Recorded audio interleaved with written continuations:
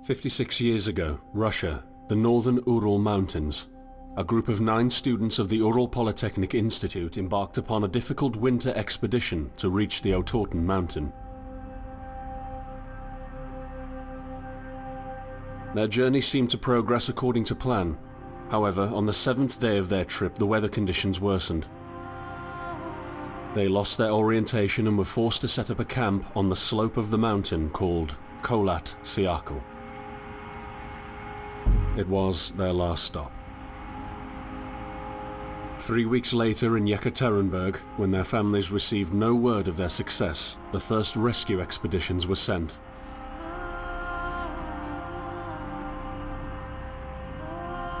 On February 25, 1959, an abandoned encampment was found. The tent was torn down and covered with snow, with all the group's belongings left inside. Further examination revealed it was cut from inside out. The surrounding footprints indicated the crew had fled the tent. They were barefooted. This suggests a frantic escape, characteristic of people scared out of their wits. 2 sets of prints led to a forested area down the slope. The rescue team found an improvised fireplace and 2 bodies. They were lying in but their underwear, with cuts and scratches to their limbs, suggesting they had tried to climb the tree in panic. What could terrify them so much? The next 3 bodies were found scattered a few hundred meters from the first discovery. One of them had suffered a fractured skull, this despite no evidence of a struggle. It took the spring thaw 2 months later to enable the rescue team to find the rest of the victims.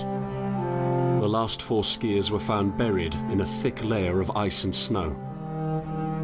Their autopsies led to even more bizarre findings. All of the bodies had severe internal injuries caused by an undetermined force, similar to that of a serious car accident. No external damage nor bruises were visible, besides a tongue ripped from one victim's mouth and a strange orange skin color. Much speculation arose from these puzzling events. Such theories included attack from the local tribesmen, from an avalanche, or animals. Each theory, however, only served to create more questions. The truth behind this tragic course of events remains unexplained to this day. What really happened? Maybe the answer still waits to be discovered, deep under the snow.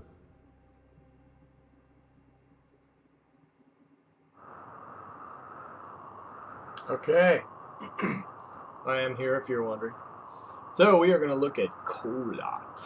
Kholat is a survival horror game set in northern Russia. I don't know if it's Siberia. I think we all want to assume it's Siberia. But we don't even know the town name, actually. We should look up the facts on Wikipedia.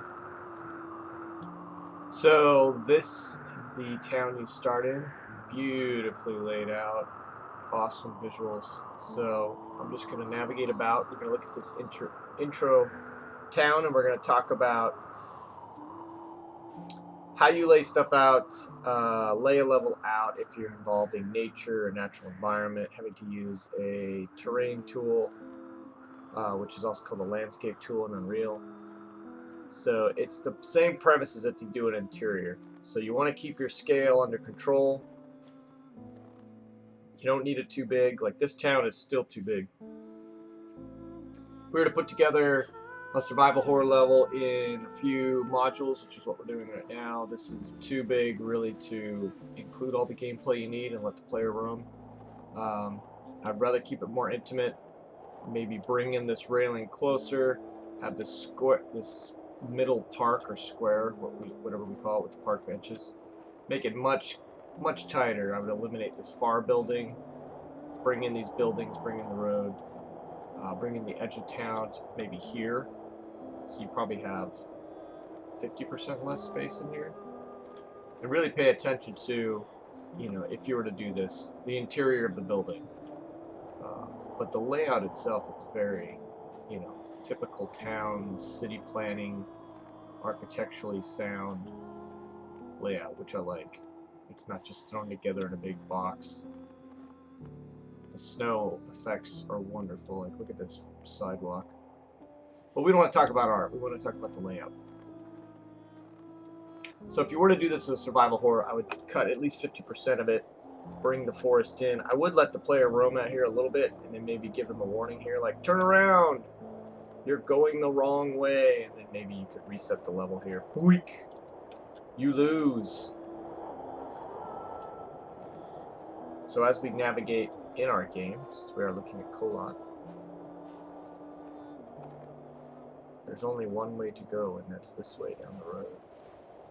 And it's really well laid out because it looks natural. Obviously, there's a lot of it has to do with art. So if you're going to do a layout like this, it wouldn't be uncommon to basically having the environmental artist building it as you're right. He's actually looking right over your shoulder, you're looking over his, and you're working really closely together to make this layout look good, feel interesting, and include the gameplay you want it to include.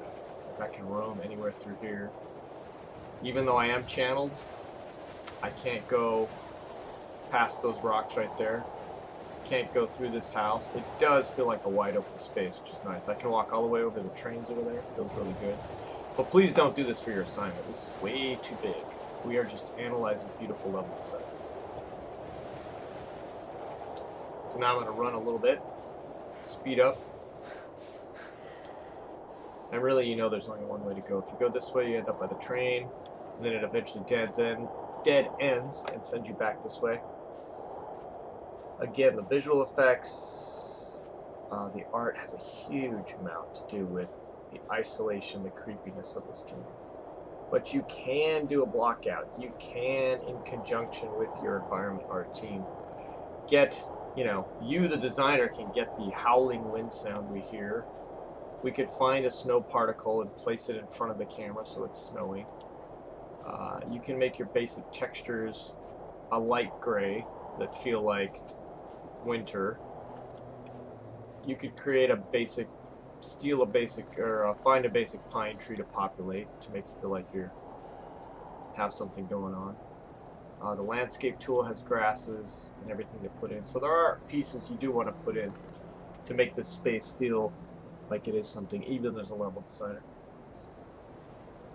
But again, it's hard to really get the feeling until the art team's really getting in here and some polish starts happening. So we're presented with this situation, and then it's like, what do I do next? Oh, there's a subtle hint. Can't go any farther here. I like it. Doesn't feel unnatural. So I start debating what to do. I come back to my road, and oh, I must have to go there. Look at that. So these trees are very barren and spiky.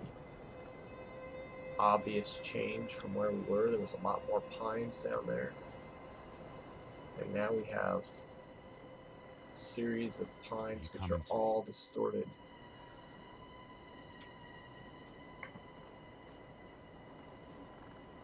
Leaning over. The whole world is starting to get black and white. Color is zapped from the world. It feels really creepy in here. It's a great linear path though, and visual effect with the trees.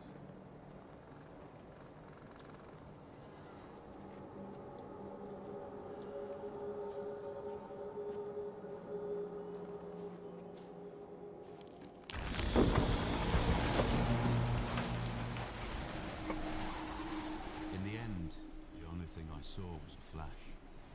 An insufferable burning light. The pain ripping apart my body. I felt it tearing out of my soul. After a while, I was nobody. Nothing. The light went out and I vanished into overwhelming darkness. I welcomed the end with delight.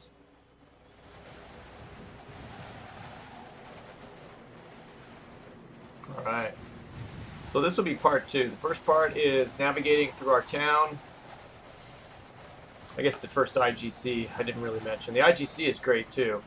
Pretty much just made up of visual elements that are like storyboards, with the audio and the story being told. Very well done. So it's a good example of you don't need a fully animated IGC with animated facial, lip syncing,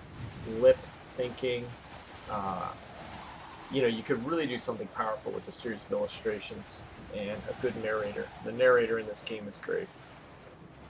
So part 2 is through the town, into the forest. This would be part 3. Here we are, we crash through the trail and we end up in this blank, whited out space. Now apparently you can get lost in here, because I did take a path and never did encounter my destination at one point.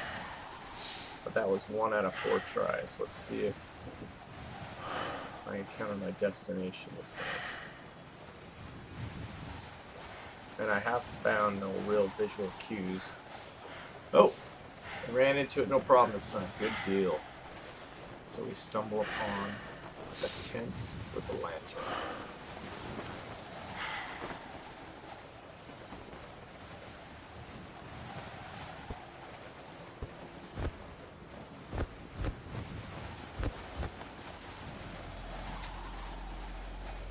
I am right behind you.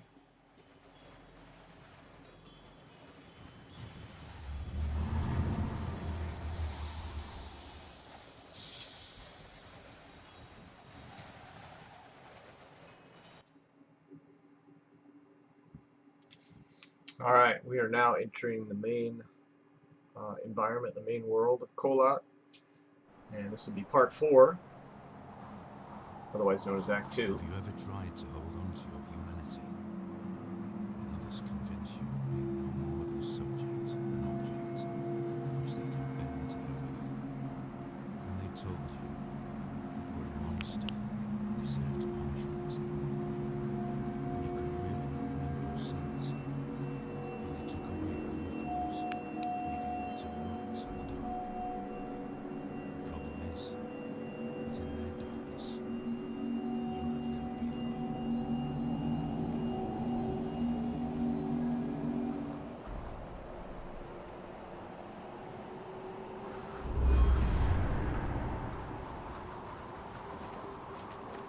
So we emerged from the tent. We saw a glowing figure over there. Glowing footprints leading us directly here. It's a great... Oh, the footprints keep on going. It's an excellent start to you being in the world we will be playing the game in. We go from the whiteout to finding the tent to suddenly being in this beautiful open terrain. And there are saving checkpoints spread all over the map. You never know when they're going to save. It can be a little frustrating to die randomly in this game. But what we want to pay attention to is tasks we complete here. What kind of things are interesting? We end up collecting journals. We end up finding some very interesting landmarks in the world, and the scale and the layout. So it's extremely natural. And again, you're going to need an environment artist to really make this come to life. But you got to think about, you got to get on Google and really pay attention to some very specifics. Like this whole area is very natural. The way the shapes are, the rocks, just the shape of this, the plane, how it moves up, leading to this point. We have this carved wood or carved tree trunk. Great point to overlook the major landmark of this area. The 5 stone stacked stones, if that's what we want to call them, with a glowing pit in the middle. We have the red beacon off in the distance, and behind us there's a glowing orangish mountain, which is another landmark you can kind of find your way, as well as the moon. The moon actually works as a landmark because you do crisscross this terrain a lot. So from my tent, if we were to build a level like this, and you guys were going to, you people were going to make a mission and a level like this, you would have to cut the scale drastically. So looking at how the mountains ring this area, that would be your maximum size. And we'll run out to those tall hills and mountains in a second. And the centerpiece being your 5, it's 6, 1, 2, 3, 4, I think it's 5 rocks. 5 rocks would be the centerpiece. So I'm going to run and look at some gameplay. I'm going to make note as I run over there that you should pull in the skull area probably to here. You should pull in a journal over to here. Pull that trail over to here. This is way too big for us to make in 3 weeks for a survival horror game. Alright, let's go to our first event. And this is a creepy event. And it's very well done with just audio effects, some simple particles, and some simple animations.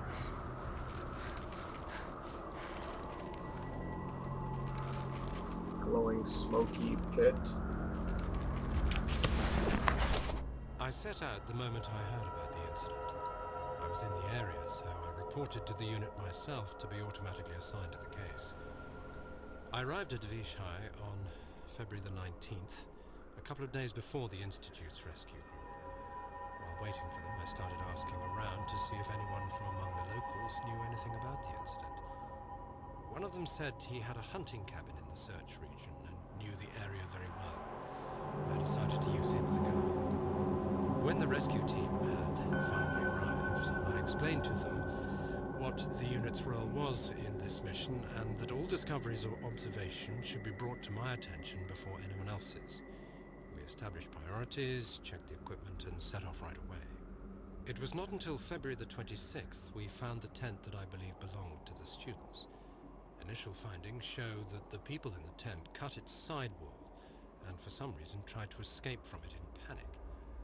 The tracks in the snow led to a forest 1.5 kilometers away. But the trail went cold after 500 meters and we had to carefully search the entire area. This was not a place of any average incident. We had shivers crawling all over our bodies because of the atmosphere surrounding us. I was convinced that something more than just an accident had occurred here. I had the feeling we were dealing with something unnatural. Alright, that's the only time I'm gonna stop and have a journal play, but it had to see the quality of the reading, the narrator, quality of being able to look through this book, scan the original typed out, the translation. Very well done. It's very powerful bringing this story together. So now we're going to have the event, which I cannot stand in the middle of or I will die.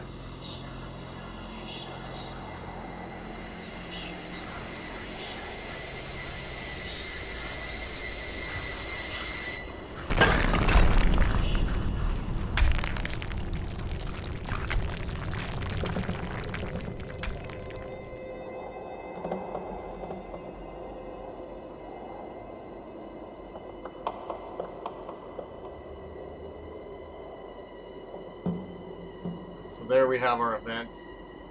Very easily done. Yeah, there's a lot of polish. There's some great audio. There's some great particle effects. The white lights come out and leave these symbols, which you will see throughout this game. And the people running off in their ghostly forms. And they obviously, well, they don't obvious, but you figure out each direction they go, there's a reason to follow that direction. So going up this pass or this area is a good idea. So pretty much all 5 directions they go off in is you want to go out and see what's out there. So again, a great beginning to a level. If you were just to start at the tent, open the journal, maybe even get a glimpse of a map, which is here's our map. This is where we are in the circle. This is our tent. We're going to navigate through some of these trails and discover some awesome, some journal entries, some great scenery. An event or two that happens over here, but this whole game you actually have to pay attention to the compass and the map. So if I'm looking on my map, and of course my point of reference is my tent, which is straight ahead this way. So if I'm looking straight at my tent, that would be north. So on the compass, if the red is up, it's north. So you actually have to pay attention to this. So I'm looking north now. Left is west, right is east. So as I'm navigating around this world, if I'm over here, I point red up, I know I'm facing north, and then I look right or I look left to determine, north, south, east, and west. So you actually have to use your map quite a bit in this, which I find refreshing and kind of cool. It's kind of like Alien Isolation. You're always having to bring up the map and pause the world. So we are going to run off in a direction here. And again, this scale, the minute we just leave this mountainous valley, the scale's too big. I would have that tent exactly where it is, possibly have this 5-stone circle be a little bit closer to the tent. And I would not even have this valley. This is way too big. Oops, I'm going the wrong spot. I'm going to go this way. So the valley over here, it's just a little, it's not much of a valley, it's more of a, as you can tell, look at I'm walking, it's taking me forever to get over here. Here's my other landmark I mentioned, which we'll see in a second. There's an orange glow on this mountaintop, so I'm not sure if you can get to. But another good landmark that really helps me understand where I am. I know that's behind my tent, so that immediately gives me reference and confidence of where I'm going. So as I go up this path, I would, after this rock outcropping, I would have, basically what we're about to see is, I would walk around maybe in rock outcropping and have the bridge right here. I would have the valley right here, or the little creek. I would have the skulls here. Maybe walk across the bridge, walk around a little bit of a rock outcropping, and then have the skulls. I would not have it way over here. This is way too big to fill in. It's too empty. Our job is to make polished portfolio pieces, and this scale is for a professional development team that has lots of art time. So this is the bridge I was speaking of. That should be way over there. Over that ridge, closer to the tent and that rock outcropping. This little dried up riverbed could be there. As you rock across this point, you could have this, instead of this being practically half a mountain here, I would just make this a small hill, so that as you came around this corner you could see the skulls, make a drastically smaller scale. So every time you hear the fluttering pages, there's a journal entry around, which is a big part of the storytelling in this game. And I'm stuck on something. Here we go. Check out that awesome scene. We have 4 skulls implanted in the mountain next to this bridge. Oh, 5. There's half a skull up there. Awesome visual. Really makes you want to be here. Really makes you want to read this. We are sitting in room number 23. Although sitting might not be the right word, because we are running around trying to finish up packing anything else we could need. Food cans, tools, essentially whatever we get our hands on. We want to be sure that we took everything we could possibly need. We're running out of time. Damn it, where did I put my belt? I'm sure we forgot about something. We're almost ready. We lost the knife. We're counting the money. We're leaving the room in a complete mess. So, we made it to the train station. We're singing all the songs we know and making up new ones as well. Everyone is so excited. Finally, at around 3 AM, we go to bed. I wonder, what is awaiting us when we get there? What will we see? How far will we make it? I hear the rest of the group breathing peacefully, and it's snowing outside. Alright, I lied. I sat and listened and read that one as well. Good stuff. This bridge is awesome. Really makes me feel like you're doing something cool. That is a deadly looking canyon down there. Leads you right to another skull, which is very cool. This spirals around to the top and it leads you to a page. Beautiful layout here with the post and this fallen log leading you up here. You come up here, it leads you to this, which you cannot get to. So it's definitely compelling you to go search and climb up the backside of here and find your way over to here. Which I tried briefly once and I couldn't do it. So I'm going to take a shortcut. Whoa, skip down the mountain. Without dying. You die really easily by falling in this game. And again, I would make this path drastically smaller. I'm not even going to go down there. It leads to a dead end. But, you know, this mountain for your level would be a small rock outcropping with the skulls on the backside. And you'd find your journal entry. If I go this way, it loops back around. And I believe this takes you up here. You loop back around. There's your journal entry here. This early exploration's fine. I'm going to head down this way and start heading towards a major event where you see a church. You need to see more of the shadows moving about. So as I run back, I can again look at our landmarks. Our moon, which I know is always facing over the east of our rock circle here, and our glowing mountain is directly north or behind our tent. My landmark straight, and I know the red glowing object in the sky is south, maybe southeast a little bit, or southwest, I mean, of the camp, the tent. So my next destination is up through this little canyon here, which will find a cool little cutscene. And again, I would have this next event we're about to see in these next discoveries, the journal, the ghost, the event leading to the church. I would have all of this happen. Basically, bring these rocks in, walk through a canyon here, climb up a small hill, and I would see the church, you know, on the backside of this hill. I would not need to play this far. This is way too much space to run. But again, this is a full game and this is awesome. And you can see the importance of environment art with just about any game, but this one in particular. There's not much of a game without the environment being an addictively immersive experience, and it is. I completely feel like I'm in the mountains, surrounded by snow.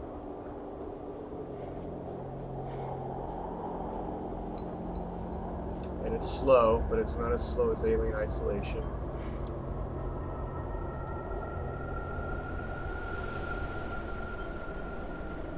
But to compare and contrast, I will look at Bioshock as well, which is all inside, interior, and we will look at the really small spaces. You are remarkable, just like me. But you are losing your mind, my friend. You're slipping slowly into the abyss, and there is no one to give you a hand.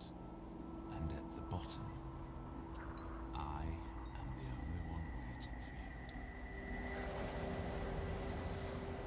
So obviously those audio clues of some ominous force watching me, following me, leading me, happens regularly through the game, which helps immensely. Without those, I think you might feel that you have no idea where you're going. But back to Bioshock, I will be comparing and contrasting in this module Bioshock's small, intimate spaces. Now you can make something very scary and very awesome by a very small space. Tiny rooms, just a few little details and a hallway in between. And you can see how much space I'm having to crawl up, which is part of this game. And it's awesome because it's a full game, but not awesome for your short son.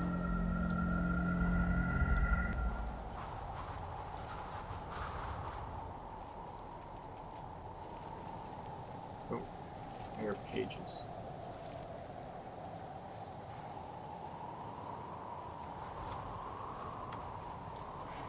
Book around here somewhere.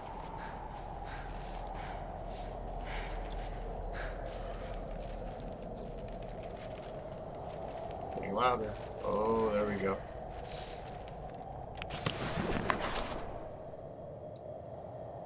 This talks about mysterious events in the sky. Oh, the classic, it is impossible for any flying object we know to move like that.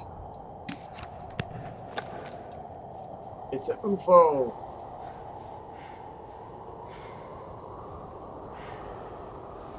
We get a glimpse of the church. Awesome architecture looking dilapidated church. Our first ghostly figure. Awesome setup. I'm not sure if you should get close to it. Oh! It begins the glowing cloud event leading to the church. And the running figure. Very cool just to stand and watch this.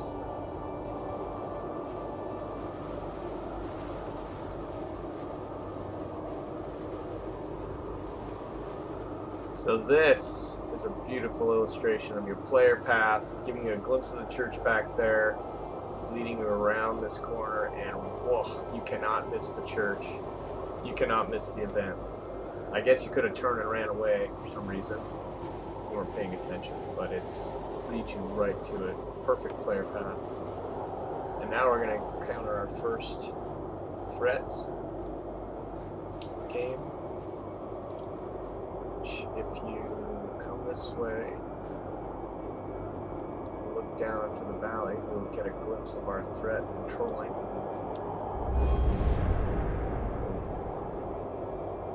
There it is. It's our shadow creature.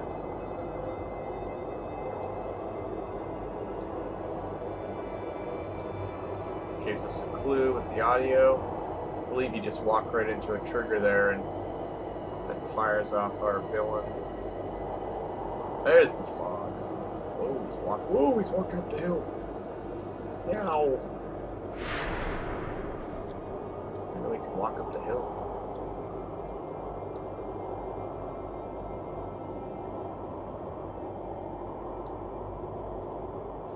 So we got a closer glimpse of our villain.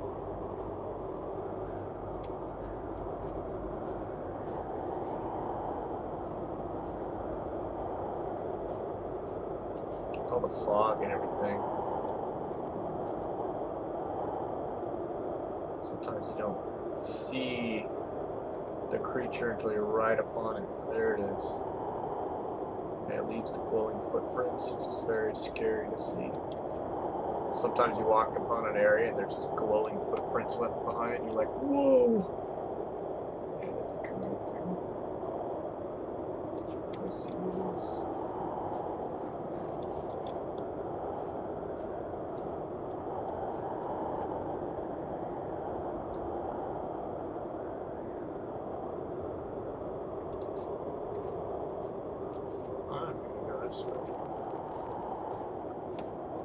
And I believe there's still another one over here patrolling. And again, they can be hard to see and figure out where the pattern is. It's not really obvious.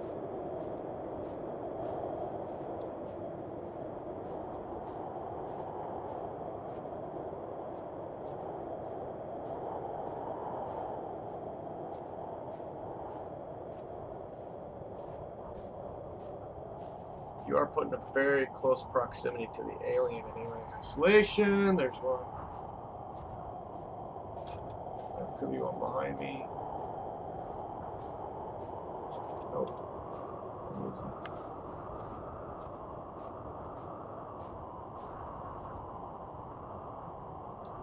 So I'm not sure what happens when they just disappear here. Where do they go? I don't know. Saw footprints disappear. Can we go that way? Oh, there he is. Jeez. Like I said, I don't know the pattern. You can see how well this works. Whoa! It's right on top of me. Even though I can't see the pattern, it's totally a threat here. I know there's one here. I see the glowing footprints. We could easily have a timer to make these set some. Oh, there's a guy down there. Oh. Oh. I don't know if that was he's chasing me. Oh, I escaped him.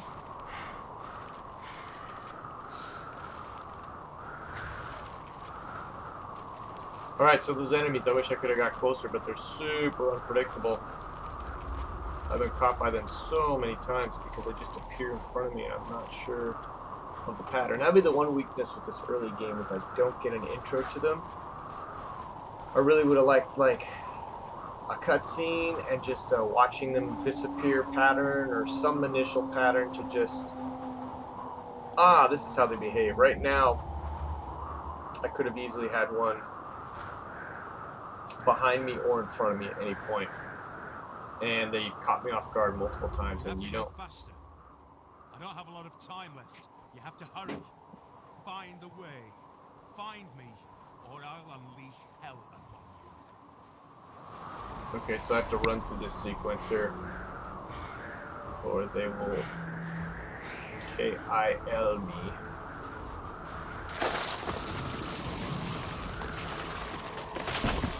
Got things breaking around me. I can't really look behind too much. Whoa, go, go, go! Or I'll get caught up here.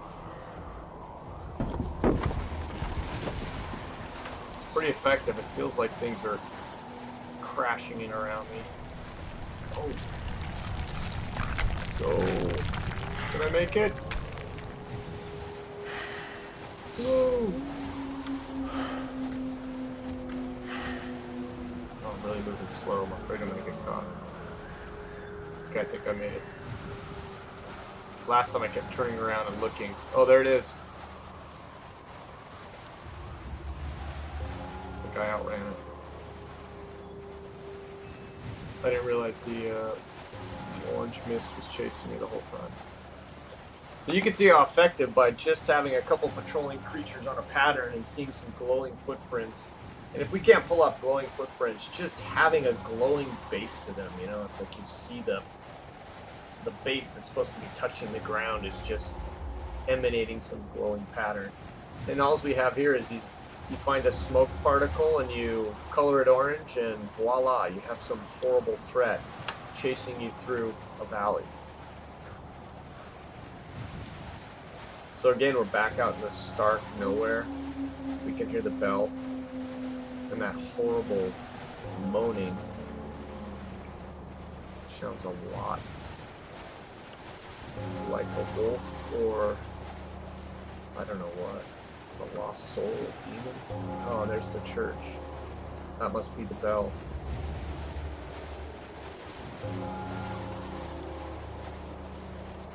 There's our red marker in the sky. Oh, the moon has moved. The red marker's over there, the moon's over there now. Didn't notice that. Alright. This would be part, what do I want, part 5? Let's look at part 5. How about we just have this church be your level? Whoa, whoa, whoa! Get in the church! Eek!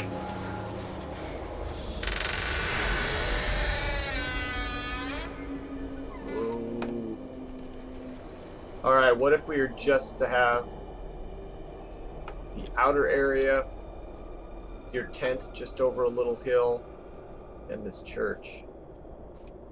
Yeah, it's beautifully rendered. Whoa, you're all surrounded. It's almost like The Fog, the John Carpenter movie, or The Mist. Whoa, it's like taking over everything. It's very creepy. Just orange fog and an abandoned church. Now, obviously, an enormous amount of environment aren't here, but having a couple journal entries in here, which we have one here, which I'll look at in a second. The orange mist, or some kind of threat. A patrolling dark shadow, which I had to get past from my tent. I found maybe one journal. I saw the church over the hill, and then I had to round about the hill. I encountered the monster. I don't want to touch the mist. I feel like I'm gonna perish if I do.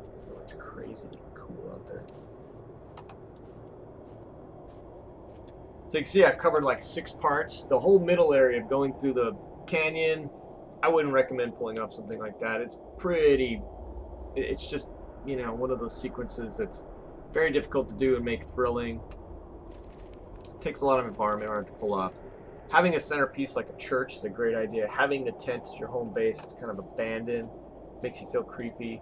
Taking the time to find, particles to put in front of your camera is worth your effort. Taking the time to make a threatening, glowing mist is worth your time. And then from this, just trying to think of general shapes to make this look like, a building is slightly dilapidated. You don't need much art, you don't need much detail. But obviously this howling you're hearing repeating over and over again is just brutal. Sounds like a wolf or a demon in pain.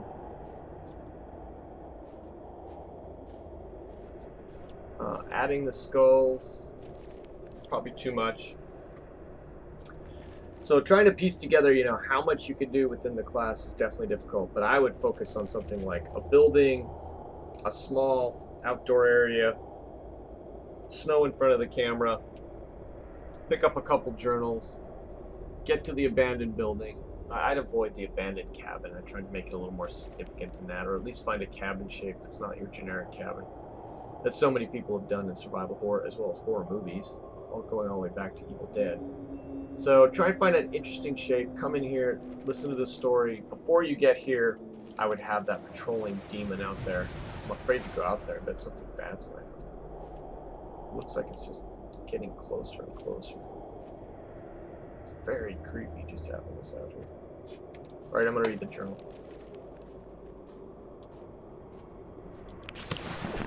We discovered the first bodies by the pine trees. A makeshift campfire suggested they tried to warm up. The bodies were only in underwear. I decided to thoroughly search the area between the tent and the tree line. I discovered the other bodies every few hundred meters apart. The position indicated the victims attempted to return to the tent as fast as they could. This could mean that the threat was gone and the group decided to go back to the tent, or just the opposite. Someone or something appeared from the forest and forced its victims to run. At this point, it is difficult to determine what exactly happened. I have collected small samples from all bodies for further research at the unit's laboratory. I discussed this situation with the rest of the rescue team, and afterwards they focused on the visual inspection of the tent and areas by the trees, and I entered the forest.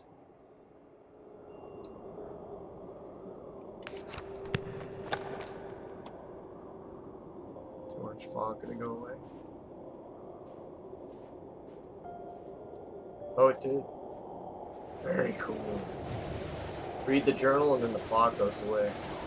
I bet if I would have went out in the fog, I would have been found by one of those creatures.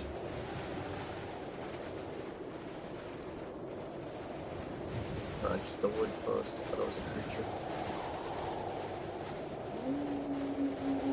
That howling is still going on. Oh, that's creepy.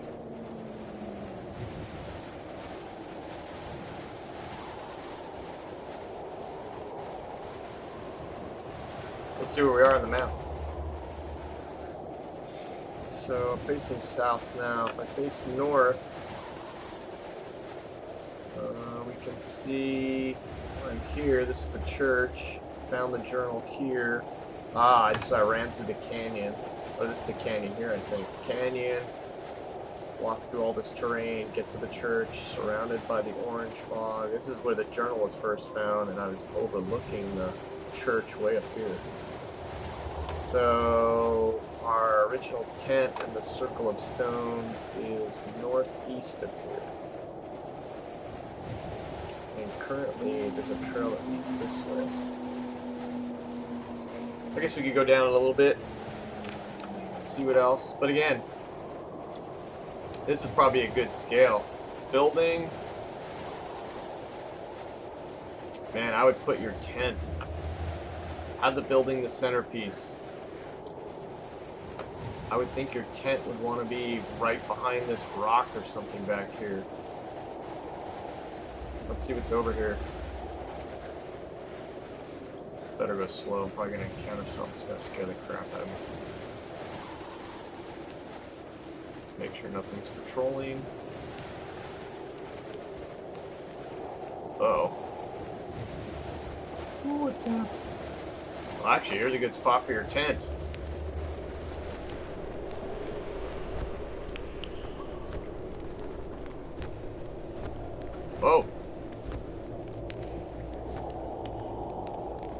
Oh, I think I can fast travel to my tent now. How cool is that?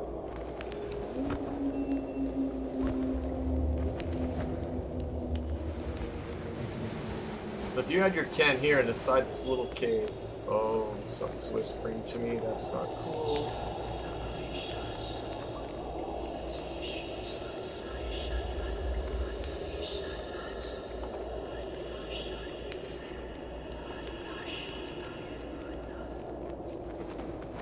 Okay, don't know what that was. Don't want to know. You to start here. Circle over. I would put the tent up higher. Force the player to go this way. So they can't go this way. This is blocked. You don't see the church.